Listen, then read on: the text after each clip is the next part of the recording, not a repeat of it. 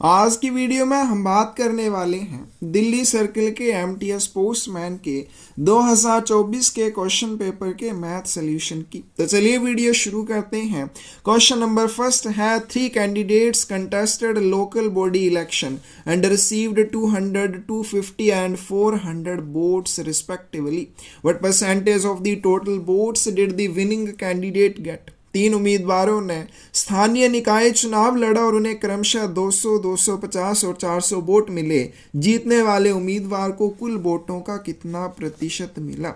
तो हमें क्या बताना है, 3 व्यक्ति थे, उन्होंने चुनाव लड़ा, एक ने 200 वोट प्राप्त किए, एक ने 250 और एक ने 400 वोट प्राप्त किए। जीतने वाला कैंडिडेट कौन होगा? जिसने 400 वोट प्राप्त किए। हमें क्या बताना है कि जीतने वाले कैंडिडेट ने टोटल वोट्स का कितना प्रतिशत प्राप्त किया। तो सबसे पहले हम क्या निकालेंगे?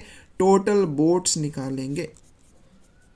टोटल कितनी वोट है? 200 प्लस 250 प्लस क्या आ जाएगा? 400, यानी कि क्या आ जाएंगे?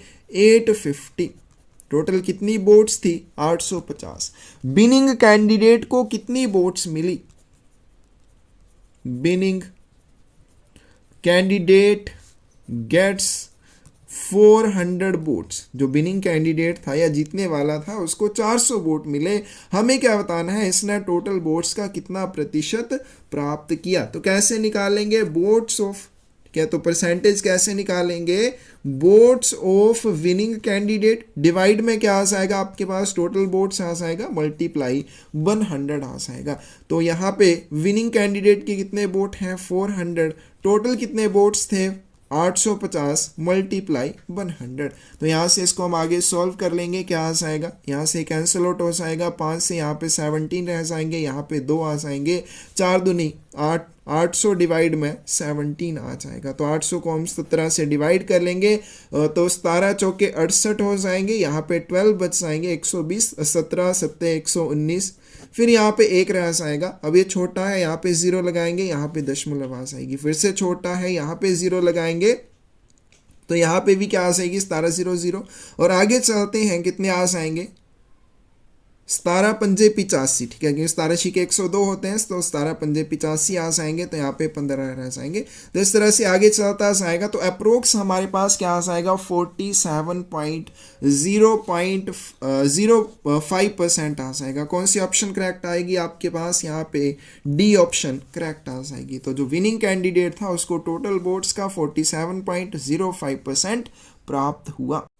नेक्स्ट क्वेश्चन है, 600 rupees is invested with simple interest of 6% पर एनुम फॉर 6 years.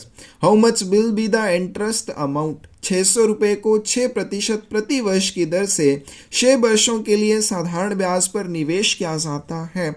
ब्याज राशि कितनी होगी? प्रिंसिपल कितना है? प्रिंसिपल है हमारे पास 600 रुपीज। रेट ऑफ इंटरेस्ट है 6% पर एनुम।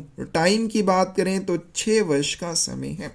हमें क्या निकालना है? इंटरेस्ट निकालना है। तो सिंपल इंटरेस्ट निकालेंगे, principal into rate of interest into time divide में 100 आ जाएगा। तो सिंपल इंटरेस्ट यहाँ से क्या निकल जाएगा? प्रिंसिपल हमारे पास 600 रुपीज है, रेट ऑफ इंटरेस्ट की बात करें 6% है, टाइम की बात करें 6 वर्ष है, डिवाइड में 100। तो यहाँ से क्या आएगा? 36 मल्टीप्लाई 6 जो कि होता है 216। कौन सी ऑप्शन यहाँ पे 42 की करेक्ट आ जाएगी? डी ऑप्शन करेक्ट आ जाएगी। नेक्स्ट क्वेश्चन है, the weight of players of a kabaddi team 65 से लेके यहाँ पे 71 किलोग्राम तक है। Calculate the average wait in kilogram. एक कबड्डी टीम के खिलाड़ियों का वजन है 65 से लेके 71 तक। हमें क्या बताना है? एवरेज वेट बताना है। तो एवरेज हम कैसे निकालते हैं? Average is equal to total divide में क्या आ जाएंगे? टोटल नंबर आ जाएंगे। तो टोटल यानी कि इनका टोटल कितना वेट है? टोटल वेट डिवाइड में टोटल नंबर ऑफ प्लेयर्स आ जाएगा।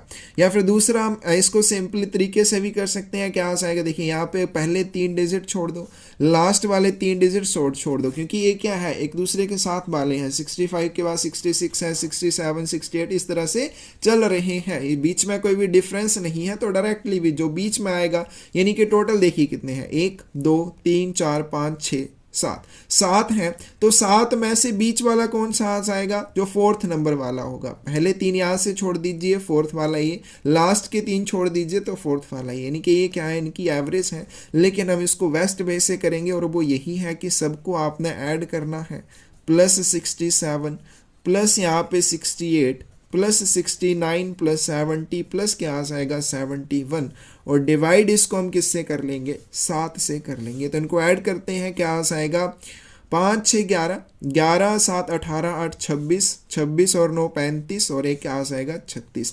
3 बच जाएंगे, 6 3 9 6 15 15 6 21 21 और 6 27 27 और 6 33 33 7 40 और 4 7 47 क्या आ जाएंगे 476/7, तो 7 छिके 42 और यहाँ पे 5 रह जाएंगे, 7 8 56, क्या आ जाएगा हमारे पास 68 आ जाएगा। तो इसकी करेक्ट ऑप्शन आपके पास कौन सी आ जाएगी, बी आ जाएगी।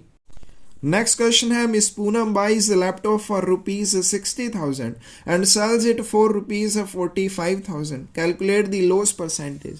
पूनम ने क्या किया, 60,000 रुपये में एक लैपटॉप खरीदा और 45,000 में उसे बेच दिया। हमें क्या बताना है, लॉस परसेंटेज।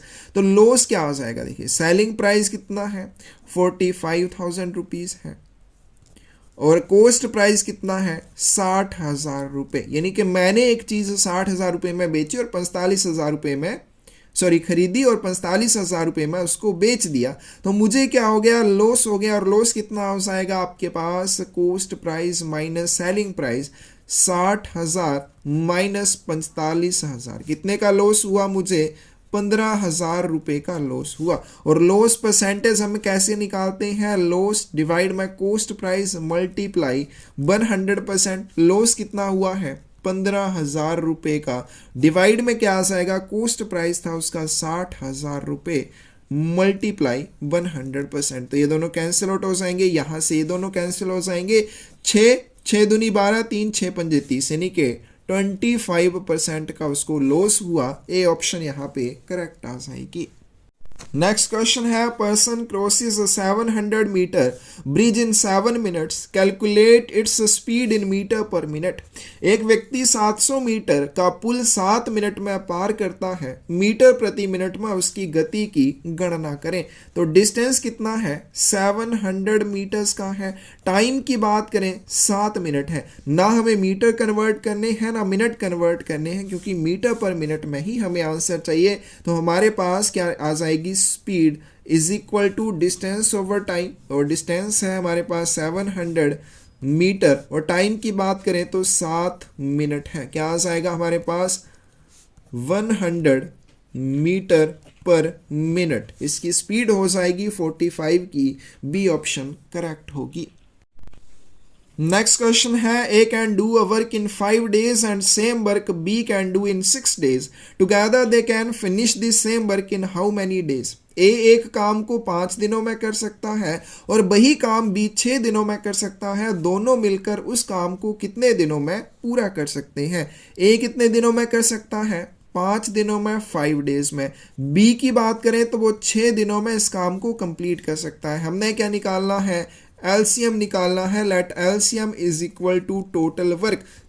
इन दोनों का एलसीएम क्या आ जाएगा 5 और 6 का, तो सबसे पहले 2 से चला जाएगा 3, फिर 3 से चला जाएगा 5, तो ये 15 दूना 30 आ जाएगा। तो दोनों का एलसीएम क्या आ गया 30, और 30 यूनिट मान लेते हैं कि टोटल काम है। तो ए का एक दिन का काम कितना आ जाएगा, एज 1 डे वर्क की बात करें इज इक्वल टू 30/5, क्योंकि ये 5 दिनों में 30 यूनिट काम करता है।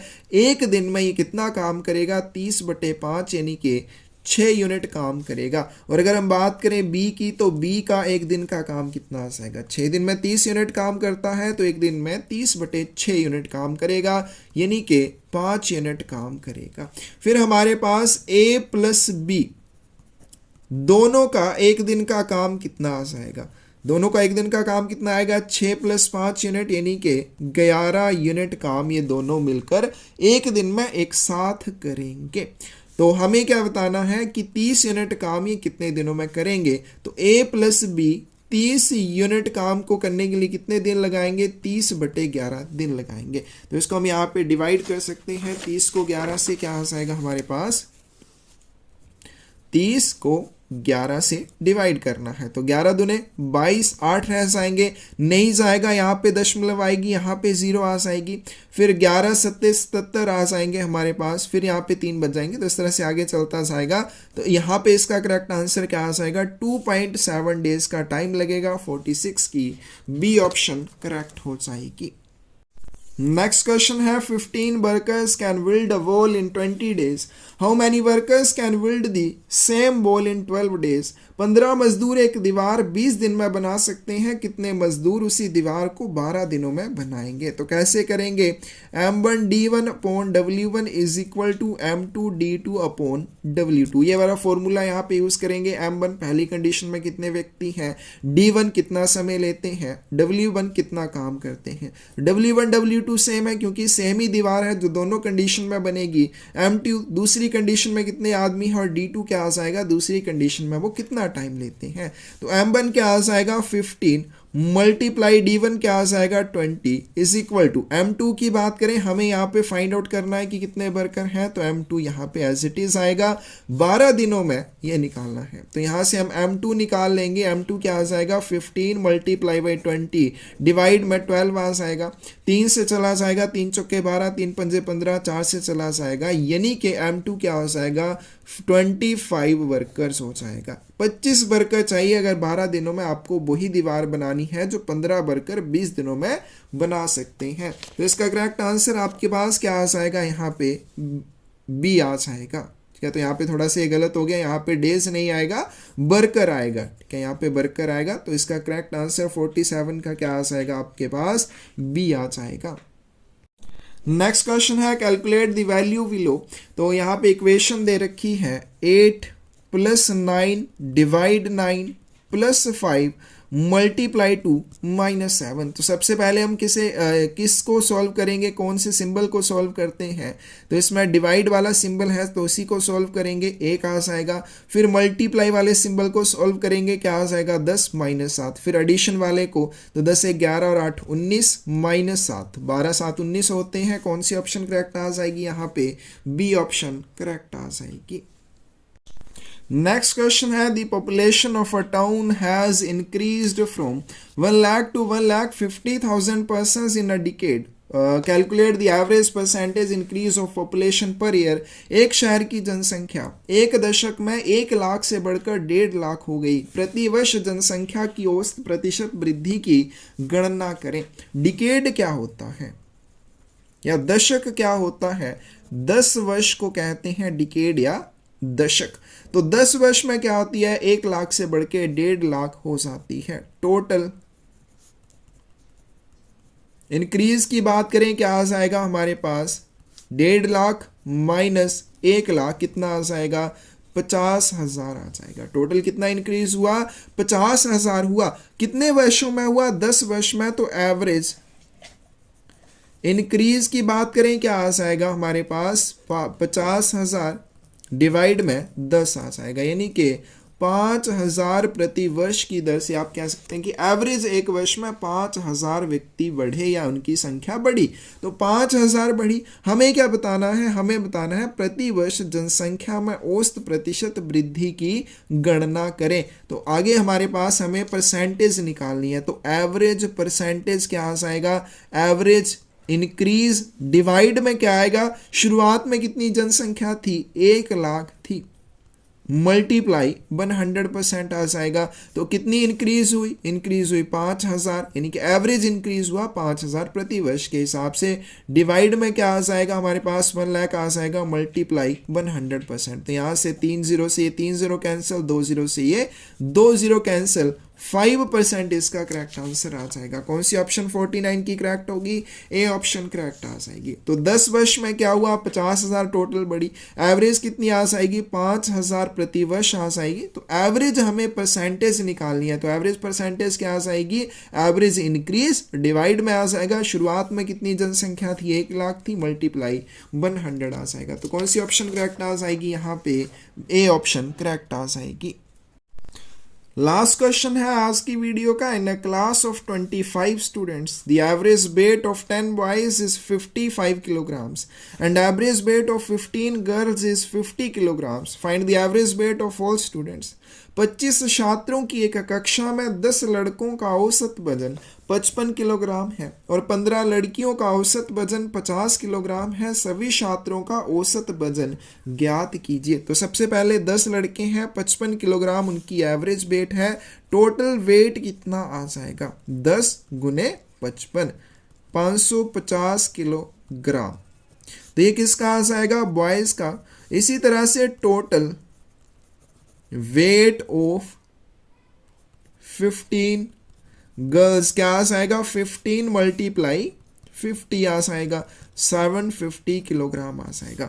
तो ओवरऑल वेट की बात करें क्या आ जाएगा? 550 प्लस 750, 0 5 5 10, 7 1 8 और 5 13, 1300 किलोग्राम आ जाएगा टोटल वेट। और एवरेज क्या आ जाएगी? Average is equal to total weight divide में क्या आ जाएंगे? टोटल स्टूडेंट आ जाएंगे। तो टोटल वेट कितना आ गया?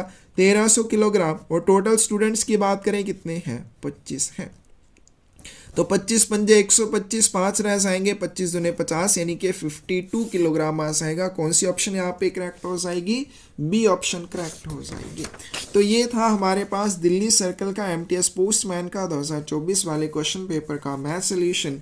किसी भी क्वेश्चन में डाउट हो कमेंट सेक्शन में आप पूछ सकते हैं। किसी भी एग्जाम के रिलेटेड, पोस्टल डिपार्टमेंट्स के एग्जाम्स के रिलेटेड कोई भी आपको बुक चाहिए तो डिस्क्रिप्शन में साइट का लिंक मिल जाएगा, वहाँ से आप बुक परचेज कर सकते हैं। धन्यवाद।